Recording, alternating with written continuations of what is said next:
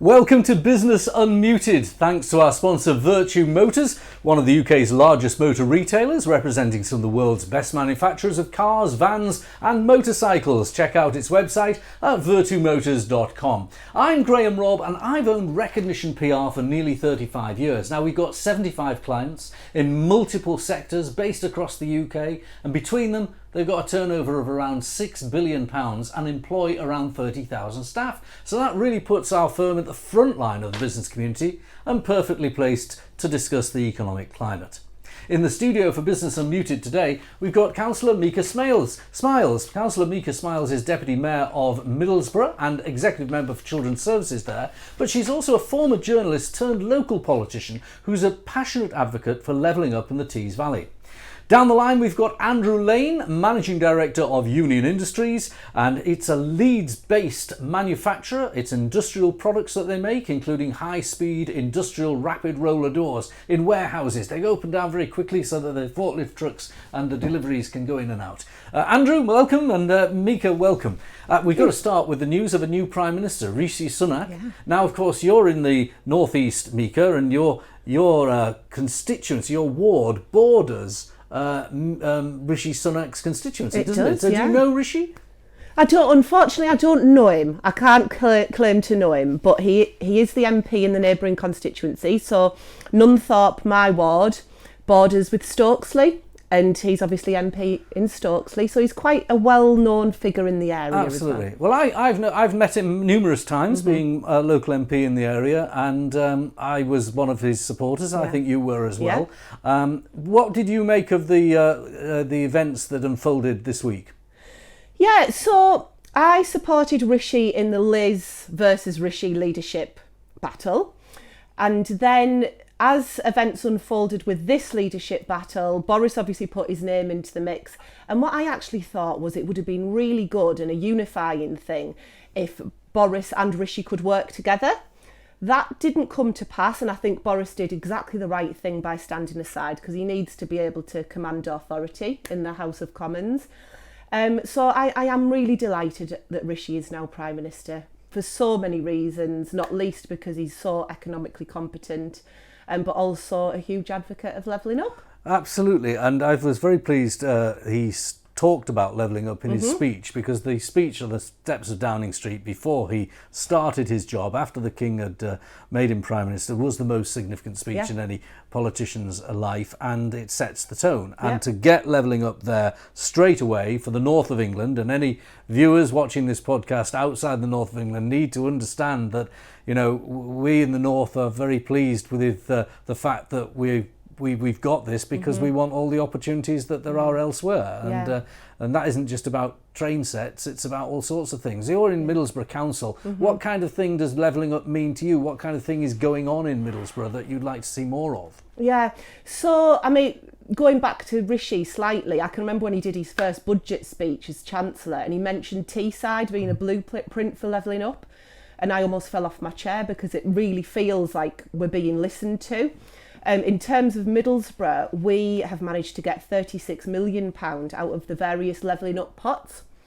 So we've got Future High Street Fund and Town Deal money.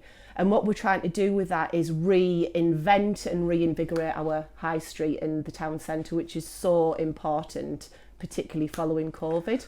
Now, I know there'll be lots of people watching and listening to this who are not necessarily supportive of the government, but I didn't really want to talk about the rights and wrongs of party politics, just the policy. And one of the things that has come about as a result of the new government is Michael Gove being given the levelling up secretary's job back. Now, he's put a bill through Parliament which is about to become law, the levelling up bill, and it contains in it some very significant things. For example, mayoral development corporations, the ability to have a new development corporation in a given area. And it seems to me that Teesside is one of those experiments again, because it will have 3. Yeah, so Middlesbrough's up for this, and it's something I'm really excited about because I can really understand how it's going to work. So as a local authority, we do our absolute best with regeneration projects. but it's not one of our statutory functions. So I can understand kind of moving that to a really experienced body like a mayoral development corporation is really beneficial, because it means that they've got that sole focus, as it were, on regeneration and on investment, which is really important. And there are things yet to be determined that would go into investment zones. The Liz Truss government introduced the idea that there could be perhaps business rates-free periods, maybe periods of incentive on employers' national insurance, but that, of course, hasn't yet come about in law. The Levelling Up Bill is law, so you can create the development corporations, but not the incentives. Yeah, I actually see those two things working hand in hand. I mean, the business rates thing would just be absolutely fantastic, wouldn't it? It would just mean that Middlesbrough is the place to open up a new business, whatever that would be. So I really see those two things working hand in hand. So I hope the investment zone thing comes to pass as well. Okay, and what was your view on the appointment of Michael Gove? So Michael Gove is one of my favourite politicians. I think he is... Again, I just say to people watching who are not of Mieka's political persuasion, that isn't always the case, is it? He is a little bit Marmite. Yeah. I think actually, on both sides of the political divide, people will acknowledge that he's extremely competent and he delivers. You were talking about levelling up. He wrote that he obviously invested heavily in that white paper. And I think Michael Gove is great, and I really hope that he's going to do a fantastic job on levelling up, because that's what we really need. Okay, let's widen this discussion out to the economy now. Andrew Lane is the Managing Director of Union Industries. Now, Andrew, you run, for the benefit of our viewers, a brilliant manufacturing firm that makes high-speed roller doors for warehouses and other products. And of course, you're well known for your fantastic shirts, which people who are watching rather than listening will see a very good example of your style. It's a Hawaiian shirt in red and black and white. Very good, very good.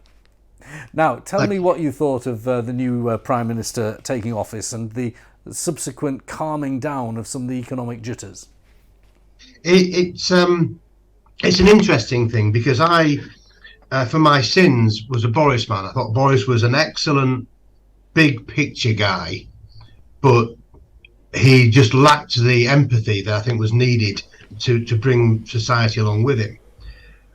I felt Rishi was a knife man at the time, and so during the election that Liz Truss won, I found it very difficult, because my heart said Liz Truss, because I felt Rishi had been complicit in Boris's downfall, but I always knew that from a competence perspective there was really only Rishi in the running that I would leave the country's money with, and that's important. And when I'm a corporation taxpayer, and I was in absolute despair when they reversed a corporation tax cut, because I'm pragmatic. There's bills to pay. COVID left us with a huge debt problem, and you're not going to get out of it by giving yet more money away. And so I'm delighted that Rishi's in. I think we'll get a period of stability and fiscal competence that we so desperately need. There was an old saying Ronald Reagan said about governments. Governments sometimes should think of, don't just do something, stand there. Sometimes inaction is right. Now, he has to sort out a bit of a mess, but maybe more tax cuts, more stimulus here isn't right. We need stability and calm, and just doing nothing for a while and letting it bed in. Does that, or is that, are we so used to activist governments that everyone wants to dip their hands? They want a bit of a grant here, they want some funding for training there, they want some levelling up money here, welfare there. Activist government versus pragmatic standstill government, where does it feel it should lie to you, Andrew? It has to be now a period of stability. Let's not go half-cocked and do anything. I think the markets will settle, confidence will return, but it will return when the decisions made are considered and they're supported by evidence or documentary forecasts that suggest that it's the right thing to do. So I am big on we've reversed all of the mistakes just about that were made. Let's see how the market settles. Let's see what direction it's going in. And a bit like guiding a boat, a little bit of a nudge here and there will alter the course, but keep it pointing in the right direction. And, we are in changeable winds. So to continue with the boating analogy, we just need to be reactive in a reasonable way rather than just throwing stuff around and trying to be popular. Because popular isn't going to cut it right now. Yeah. It might be, and it's been said, there will be unpopular decisions ahead. I believe that, and I think it's right that we take them, but we take them in a considered way. Do you want to comment on that before I talk about Andrew's business? Yeah, I think you've both hit the nail on the head there, actually. I think the mini budget was very ideological, and in that way it was very tempting to want to really back it and support it, because I think it was wholly conservative. But at the moment, we don't need ideology, we need practical politics, and we need to just make sure that everything we do is backed up with the evidence. Okay. Andrew, let's talk about your business a bit. You're obviously manufacturing, as I said, high-speed roller doors, one of the products among others. What's the employment situation like? Have you got vacancies at the moment? Yes, we do. And I think it's hard to find good people. But it's always been hard to find good people. And we're not really an employer of mediocrity. We like the very best people for the positions that we have available. So much so they can own the business, actually. You're one of the few businesses I know that's owned by your employees. Yes, absolutely. And we've developed a culture that's very much us. It's a family culture and it's a togetherness. And so you can't introduce negativity into that structure, because it'll be like a cancer, it'll spread. So we're very conscious of the people we want to hire are those with the right attitude, and we will give them the skills they need. So that links beautifully to my first slide of the programme, which is a bit of data that's been published about training. We flash this up, you can see that compared to 2015, when 63% of the working population had undergone some kind of training within a year, last year it was only 52%. So training has declined quite significantly among the UK working population. And then we look at visas granted, work visas granted, and they've gone up. And there's a lot of, if you look at the data that's flashed up there, 72% increase on work visas, 331,000 work visas granted in the last year to June 2022. So there is a debate going on in the government about whether or not more immigration for work purposes should be allowed on the points-based system. And Suella Braverman was having that argument with Prime Minister Liz Truss. Whether that argument continues with Rishi Sunak is another matter. But you're looking at the data I've just flashed up, perhaps the first point of contact when it comes to staff is your approach, Andrew. Train, train, train. Absolutely. And we're a unique business in many ways. And you've been to us, Graham, you know how we operate.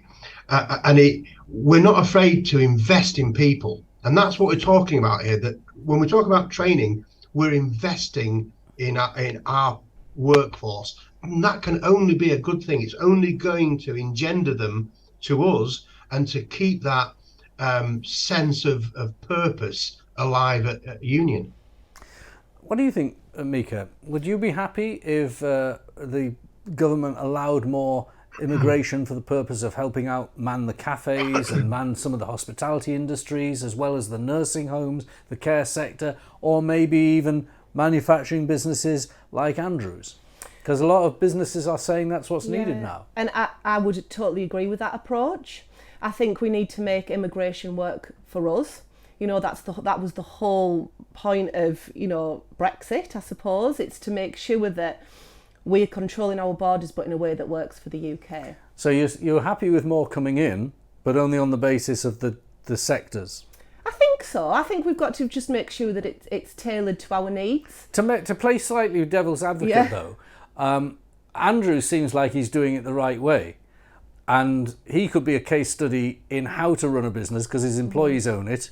But there are many businesses, as we've just seen from that data, who are just not training. Yeah. And should we be allowing them the easy route of allowing more people to come in? Yeah. I think that's right. I think it's got to be a balance. And if I look at sort of Teesside, the area that I'm from, it's brilliant that we're creating all of these jobs, but we need to make sure that we've got those skilled people to go into them. And that means making sure that we get in there with the universities and let them know what jobs are going to be available, get to the colleges, prepare the students there for the jobs that hopefully they were going to create. Okay. Andrew, do you want to tell me anything else about the future of your business and the products? What's your order book like? Our order book is the biggest that it has ever been. And that's because we are a B2B business, and we major on service and the provision of solutions. So rather than just selling somebody a door, that door's trying to serve a purpose, they've got an issue. So we're a solution provider rather than a manufacturer of widgets. And the country's waking up to that, particularly in light of the energy crisis or the energy cost crisis. Our doors are used to save energy by segregating different areas. And so people are really coming around to the service they can get from a UK manufacturer rather than a foreign European company or even further.